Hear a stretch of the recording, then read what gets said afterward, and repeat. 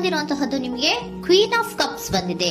ನಿಮ್ಮ love life ನ ವಿಚಾರವಾಗಿ ಬಹಳ ಕೇರಿಂಗ್ ಅನ್ನ ಮಾಡ್ತಾ ಇರುವಂತಹದ್ದು, ಅದ್ರ ಬಗ್ಗೆನೇ ನೀವು ಯೋಚನೆಯನ್ನ ಮಾಡ್ತಾ ಇರುವಂತಹದ್ದು, ಒಂದು ಸ್ಟೇಬಲ್ ರಿಲೇಶನ್ಶಿಪ್ ಅನ್ನ ಉಳಿಸ್ಕೋಬೇಕು ಅನ್ನುವಂತಹ ಆಲೋಚನೆಯನ್ನ ಮಾಡ್ತಾ ಇರುವಂತಹದ್ದು ರೆಪ್ರೆಸೆಂಟ್ ಆಗ್ತಾ ಇದೆ. ಪಾಸ್ಟ್ ನ ಬಗ್ಗೆ ಹೇಳೋದಾದ್ರೆ ಎಲ್ಲವೂ ಚೆನ್ನಾಗಿಯೇ ಇತ್ತು. ಫುಲ್ ಕಾರ್ಡ್ ರೆಪ್ರೆಸೆಂಟ್ ಆಗ್ತಾ ಇದೆ ಅಂದ್ರೆ ಜಾಯ್ಫುಲ್ ಆಗಿತ್ತು, ಚೆನ್ನಾಗೇ ಮಾತಾಡ್ತಾ ಇದ್ರಿ, ಖುಷಿಯಾಗಿದ್ರಿ, ಖುಷಿಯಾಗಿ ಓಡಾಡೋದು ಎಲ್ಲವನ್ನ ಕೂಡ ನೀವು ಮಾಡಿರುವಂತಹದ್ದು ರೆಪ್ರೆಸೆಂಟ್ ಆಗ್ತಾ ಇದೆ. ಆದ್ರೆ ನೀವು ಯಾವಾಗ ಸೀರಿಯಸ್ ಆಗಿ ಕಮಿಟ್ಮೆಂಟ್ ಅನ್ನ ಕೇಳೋದಕ್ಕೆ ಶುರು ಮಾಡ್ತಿರೋ, ಅಥವಾ ನೀವ್ ಯಾವಾಗ ಸ್ವಲ್ಪ ಚೇಂಜಸ್ ಗಳನ್ನ ಮಾಡ್ಕೋ ಅಂತ ಹೇಳೋದಕ್ಕೆ ಶುರು ಮಾಡ್ತಿರೋ, ಅಥವಾ ನೀವು ಸ್ಪಷ್ಟವಾಗಿ ನಿಮ್ಮ ಲವ್ ಲೈಫಿನ ವಿಚಾರವಾಗಿ ಹೀಗೆ ಇರಬೇಕು ಅಂತ ಯಾವಾಗ ಒಂದು ಗಡಿಗಳನ್ನ ಹಾಕೋಕೆ ಶುರು ಮಾಡ್ತಿರೋ, ಆಗ ನಿಮ್ಮ ಲವ್ ಲೈಫಿನ ವಿಚಾರದಲ್ಲಿ ಫೀಲಿಂಗ್ಗಳು ಲೆಫ್ಟ್ ಔಟ್ ಆಗುವಂತ ಸಾಧ್ಯತೆಗಳು ಇದ್ದಿರುವಂತಹದ್ದು ನಿಮ್ಮ ಪಾಸ್ಟಿನಲ್ಲಿ ರೆಪ್ರೆಸೆಂಟ್ ಆಗ್ತದೆ. ನೀವೇನಾದ್ರೂ ಹಾಗಿರ್ಬೇಕು ಹೀಗಿರ್ಬೇಕು ಅಂತ ಏನಾದ್ರೂ ನೀವು ಅವ್ರಿಗೆ ಹೇಳಿದ್ರೆ ಅವರು ನಿಮ್ಮಿಂದ ಸ್ವಲ್ಪ ಸ್ವಲ್ಪ ದೂರ ಹೋಗಿರುವಂತಹದ್ದು ರೆಪ್ರೆಸೆಂಟ್ ಆಗ್ತಾ ಇದೆ. ಯಾಕಂದ್ರೆ ನೀವು ಖುಷಿಯಾಗಿರ್ಬೇಕು, ಸಂತೋಷವಾಗಿರ್ಬೇಕು ಅಷ್ಟನ್ನ ಮಾತ್ರನೇ ಅವರು ಎಕ್ಸ್ಪೆಕ್ಟ್ ಅನ್ನ ಮಾಡುವಂತಹದ್ದು. ಈಗ ಸದ್ಯದ ಮಟ್ಟಿಗೆ ಅವರು ನಿಮ್ಗೆ ಯಾವುದೇ ರೀತಿಯ ಸೀರಿಯಸ್ ಕಮಿಟ್ಮೆಂಟ್ ಗೆ ಒಳಗಾಗುವಂತ ಸಾಧ್ಯತೆಗಳು ಯಾವುದು ಇದ್ದಿರೋ ಮಟ್ಟಿಗೆ ನಿಮ್ಮ ಪಾಸ್ಟ್ ನಲ್ಲಿ ರೆಪ್ರೆಸೆಂಟ್ ಆಗ್ತಾ ಇಲ್ಲ. ಈ ಪರ್ಸನ್ ಏನು ಈ 4 ಕಾರ್ಡ್ ಬಂದಿದೆಯೋ, ಈ ಪರ್ಸನ್ ಸೀರಿಯಸ್ ಕಮಿಟ್ಮೆಂಟ್ ಗೆ ಸಿಗುವಂತಹ ಸಾಧ್ಯತೆಗಳು ಇದ್ದಿರೋ ಮಟ್ಟಿಗೆ ನಿಮ್ಮ ಪಾಸ್ಟ್ ನಲ್ಲಿ ಕಾಣಿಸ್ತಾ ಇಲ್ಲ. ಆಗ ಅವರಿಗೆ ಫೀಲಿಂಗ್ ಲೆಫ್ಟ್ ಔಟ್ ಆಗಿರುವಂತಹದ್ದು, ಅವರು ಸ್ವಲ್ಪ ಸ್ವಲ್ಪ ಚೇಂಜ್ ಆಗಿ ನಿಮ್ಮಿಂದ ದೂರ ಹೋಗಿರುವಂತಹದ್ದು ಈ ಕಾರ್ಡಿನಲ್ಲಿ ರೆಪ್ರೆಸೆಂಟ್ ಆಗ್ತಾ ಇದೆ. ಅಟ್ ದಿ ಪ್ರೆಸೆಂಟ್ ನಲ್ಲಿ ನಿಮಗೆ ಬಂದಿರುವಂತಹ ಕಾರ್ಡ್ ಏನು, ವೀಲ್ ಆಫ್ ಫಾರ್ಚೂನ್. ಬದಲಾವಣೆಯ ಮಾರ್ಗವನ್ನ ನೀವು ಹಿಡಿಬೇಕು, ಅಂದ್ರೆ ಬದಲಾವಣೆ ಆಗ್ಬೇಕು ನೀವು. ಅವರು ಸೀರಿಯಸ್ ಕಮಿಟ್ಮೆಂಟ್ ಅನ್ನ ಕೇಳಿದಾಗ ಅವರು ನಿಮ್ಮಿಂದ ದೂರ ಹೋಗಿದ್ದಾರೆ ಅಂದ್ರೆ ನೀವೇನ್ ಮಾಡ್ಬೇಕು, ಅಟ್ ದ ಪ್ರೆಸೆಂಟ್ ನಲ್ಲಿ ಬದಲಾವಣೆಯ ಮಾರ್ಗವನ್ನ ಹಿಡಿಬೇಕು. ಬದಲಾವಣೆಯ ಮಾರ್ಗವನ್ನ ಮಾಡ್ಕೊಳಕ್ಕೆ ಹೋಗ್ತೀರಾ, ಆದ್ರೆ ನಿಮ್ ಕೈಲಿ ಆಗ್ತಾ ಇಲ್ಲ. ಯಾಕಂದ್ರೆ ವೀಲ್ ಆಫ್ ಫಾರ್ಚೂನಿನ ಕ್ಲಾರಿಫಿಕೇಶನ್ ಕಾರ್ಡ್ ಬಂದಿರುವಂತಹದ್ದು ಯಾವುದು, ಡೆವಿಲ್ ಕಾರ್ಡ್ ರೆಪ್ರೆಸೆಂಟ್ ಆಗ್ತಾ ಇದೆ. ಡೆವಿಲ್ ಕಾರ್ಡ್ ಏನನ್ನ ರೆಪ್ರೆಸೆಂಟ್ ಮಾಡುತ್ತೆ, ಅಡಿಕ್ಷನ್ ಅನ್ನ ರೆಪ್ರೆಸೆಂಟ್ ಮಾಡುತ್ತೆ. ಯಾವಾಗ್ಲೂ ಅವರ ಬಗ್ಗೆನೇ ಯೋಚನೆ ಮಾಡ್ತಾ ಇರೋದು, ಅದ್ರ ಬಗ್ಗೆನೇ ಥಿಂಕ್ ಮಾಡ್ತಾ ಇರೋದು. ಸ್ವಲ್ಪ ಬದಲಾವಣೆ ಮಾಡ್ಕೊಳಕ್ ಹೋಗ್ತೀರಾ, ಮತ್ತೆ ಪುನಃ ವಾಪಸ್ ಹಿಂದಕ್ಕೆ ಬರ್ತೀರಾ, ಮತ್ತೆ ಆಲೋಚನೆಯನ್ನ ಮಾಡಕ್ಕೆ ಶುರು ಮಾಡ್ತೀರಾ. ಆ ಕಾರಣವಾಗಿಯೇ ನಿಮ್ಗೆ ನೋವುಗಳು ಆಗ್ತಾ ಇರುವಂತದ್ದು ಅಟ್ ಪ್ರೆಸೆಂಟ್ ಇನಲ್ಲೂ. ನೀವು ಬದಲಾವಣೆ ಆಗೋಕೆ ಹೋಗ್ತೀರಾ, ಎಲ್ಲಿ ಬದಲಾವಣೆ ಆಗ್ತಾ ಇದ್ದೀರಾ, ಎಲ್ಲಿ ಚೇಂಜಸ್ ಆಗ್ತಾ ಇದ್ದೀರಾ, ನೀವು ಆಗ್ತಾ ಇಲ್ಲ. ಯಾಕೆ ಹೇಳಿ, ನಿಮ್ಮಲ್ಲಿ ಅಡಿಕ್ಷನ್ ಗಳು ರೆಪ್ರೆಸೆಂಟ್ ಆಗ್ತಾ ಇದೆ. ತುಂಬಾ ಅಡಿಕ್ಷನ್ ಇರೋದ್ರಿಂದ, ನಿಮ್ಮ ಲವ್ ಲೈಫ್ ನ ವಿಚಾರವಾಗಿ ನೀವು ತುಂಬಾ ಅಡಿಕ್ಟ್ ಆಗಿರೋದ್ರಿಂದ ನೀವು ಯಾವುದೇ ರೀತಿಯ ಬದಲಾವಣೆಯನ್ನ ನೀವು ಮಾಡ್ಕೋತಿಲ್ಲ. ನಿಮ್ಮ ಲವ್ ಲೈಫ್ ನ ವಿಚಾರವಾಗಿ ನೀವು ಬದಲಾವಣೆಯನ್ನೇ ಮಾಡ್ಕೋತಾ ಇಲ್ಲ. ಅವ್ರು ಕಮಿಟ್ಮೆಂಟ್ ಕೊಟ್ಟಿಲ್ಲ, ಅವ್ರು ಹೋದ್ರು ಅಂದ್ಮೇಲೆ ನೀವು ಮುಂದೆ ಬರಬೇಕು, ನಿಮ್ಮ ಜೀವನದಲ್ಲಿ ನೀವು ಮುಂದೆ ಮುಂದೆ ಬರಬೇಕು. ಸೊ ನೀವು ಮುಂದೆ ಬರಕ್ ಹೋಗ್ತೀರಾ, ಆದ್ರೆ ಅಲ್ಲೇ ಸ್ಟ್ರಕ್ ಆಗ್ತಾ ಇರುವಂತಹದ್ದು ರೆಪ್ರೆಸೆಂಟ್ ಆಗ್ತಾ ಇದೆ. ನೀವ್ ಯಾವಾಗ ಅಡಿಕ್ಷನ್ ಗಳನ್ನ ಜಾಸ್ತಿ ಮಾಡ್ಕೋತಿರೋ ಅಬ್ಸೆಷನ್ ಆಗತ್ತೆ.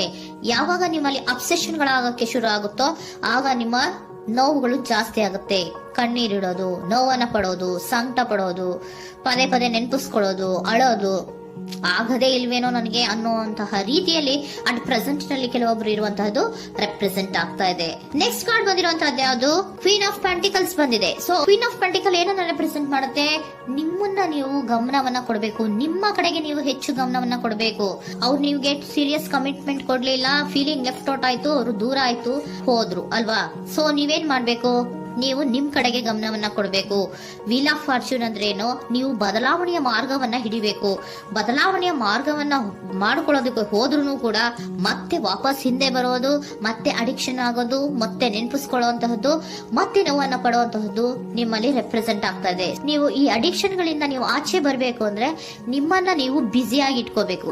ಟೈಮ್ ಇದ್ರೂ ಕೂಡ ಮತ್ತೆ ಪುನಃ ಹಿಂದೆ ಬಂದು ನೀವು ಆಲೋಚನೆ ಮಾಡುವಂತಹ ಸಾಧ್ಯತೆಗಳು ಇದೆ. ಅದಕ್ಕೆ ನೀವು ಅಟ್ ಪ್ರೆಸೆಂಟ್ ನಲ್ಲಿ ನೀವು ಆ ಫೀಲಿಂಗ್ ಇಂದ, ಈ ನೋವಿನಿಂದ ನೀವು ಆಚೆ ಬರ್ಬೇಕಂದ್ರೆ ನೀವೇನ್ ಮಾಡ್ಬೇಕು, ಸ್ವಲ್ಪ ಏನಾದ್ರೂ ಬ್ಯುಸಿ ಆಗ್ಬೇಕು, ಕೆಲಸಗಳನ್ನ ಮಾಡೋದಕ್ಕೆ ಶುರು ಮಾಡ್ಬೇಕು. ನಿಮಗೆ ಗೊತ್ತಿರುವಂತಹ ಯಾವ ಕೆಲಸವಾದರೂ ಸರಿ ನೀವು ಸ್ವಲ್ಪ ಬ್ಯುಸಿ ಆಗಿರೋದಕ್ಕೆ ಪ್ರಯತ್ನವನ್ನ ಮಾಡ್ತಾ ಇರುವಂತಹದ್ದು, ಮಾಡುವಂತಹದ್ದು ರೆಪ್ರೆಸೆಂಟ್ ಆಗ್ತಾ ಇದೆ. ಕೆಲವೊಬ್ರು ಮಾಡ್ತಾ ಇದ್ದೀರಾ, ಕೆಲವೊಬ್ರು ಮಾಡುವ ಕಡೆಗೆ ಆಲೋಚನೆಯನ್ನ ಮಾಡ್ತಾ ಇರುವಂತಹದ್ದು ಅಟ್ ಪ್ರೆಸೆಂಟ್ ನಲ್ಲಿ ರೆಪ್ರೆಸೆಂಟ್ ಆಗ್ತಾ ಇದೆ. ಇಮಿಡಿಯೇಟ್ ಫ್ಯೂಚರ್ ನಲ್ಲಿ ಏನ್ ರೆಪ್ರೆಸೆಂಟ್ ಆಗ್ತಾ ಇದೆ, ನೈಟ್ ಆಫ್ ಸೋರ್ಟ್ಸ್ ರೆಪ್ರೆಸೆಂಟ್ ಆಗ್ತಾ ಇದೆ. ನೀವು ಕ್ವಿಕ್ ಥಿಂಕಿಂಗ್ ಅನ್ನ ಮಾಡಿ ಏನೋ ಒಂದು ಆಕ್ಷನ್ ಅನ್ನ ತಗೋಬೇಕು ಅನ್ನೋದ ಆಲೋಚನೆಯನ್ನ ಮಾಡ್ತೀರಾ, ಬಹಳ ಫೋಕಸ್ ಅನ್ನ ಮಾಡ್ತೀರಾ ಒಂದು ವಿಚಾರವಾಗಿ, ಕ್ವಿಕ್ ಥಿಂಕಿಂಗ್ ಅನ್ನ ಮಾಡ್ಬೇಕು ಅಂತ. ಮತ್ತೆ ಪುನಃ ಏನ್ ಮಾಡ್ತೀರಾ, ನಿಮ್ಮ ಮುಂದೆ 2 ಆಪ್ಷನ್ಗಳು ಬಂದ್ಬಿಡುತ್ತೆ.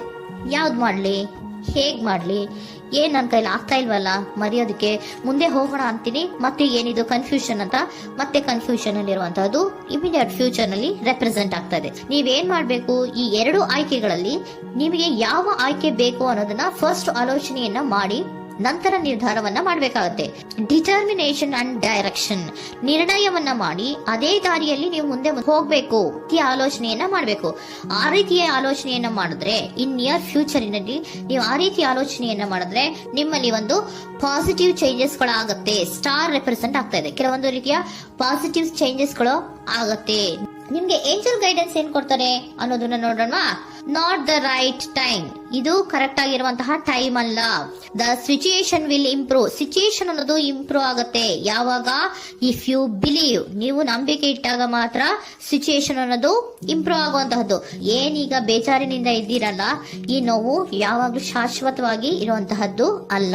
ನಾಟ್ ದ ರೈಟ್ ಟೈಮ್, ಇದು ಕರೆಕ್ಟ್ ಆಗಿರುವಂತಹ ಸಮಯ ಅಲ್ಲ. ಸ್ವಲ್ಪ ವೇಟ್ ಮಾಡು, ನೀವು ಚೇಂಜಸ್ ಮಾಡ್ಕೊಳ್ಳೋ ಕಡೆಗೆ ಹೆಚ್ಚು ಗಮನವನ್ನ ಕೊಡು, ಅಲ್ಲಿ ಚೇಂಜಸ್ ಆಗತ್ತೆ ಅನ್ನೋದನ್ನ ಏಂಜಲ್ ಗೈಡೆನ್ಸ್ ನಿಮ್ಗೆ ಕೊಡ್ತಾ ಇದ್ದಾರೆ. Surrender your full power. Your life is a calling for you to step into your full power rather than playing it small. ನೀವು ಧೈರ್ಯವಾಗಿ ಒಂದು ಹೆಜ್ಜೆಯನ್ನ ಮುಂದಕ್ಕೆ ಇಡಬೇಕು. ಸೊ ಮುಂದೆ ಹೋಗುವಂತಹ ಆಲೋಚನೆಯನ್ನ ಮಾಡಬೇಕು. ಪವರ್ ಇಂದ, ನಿಮ್ಮಲ್ಲಿರುವಂತಹ ಪವರ್ ಅನ್ನ ಯೂಸ್ ಮಾಡ್ಕೊಳ್ಳಿ. ಯಾಕೆ ನನ್ನಲ್ಲಿ ಏನು ಇಲ್ಲ, ನನ್ನ ಕೈಲಿ ಏನೂ ಆಗಲ್ಲ ಅಂತ ಯಾಕೆ ಕೂತಿದ್ದೀರಾ? ನೀವು ಏನ್ ಮಾಡ್ಬೇಕು, ಬಹಳ ಧೈರ್ಯದಿಂದ ಮುಂದಕ್ಕೆ ಹೋಗಿ ಅನ್ನೋದನ್ನ ನಿಮ್ಗೆ ಸರೆಂಡರ್ ಕಾರ್ಡ್ಗಳು ಕೂಡ ಹೇಳ್ತಾ ಇದ್ದಾರೆ.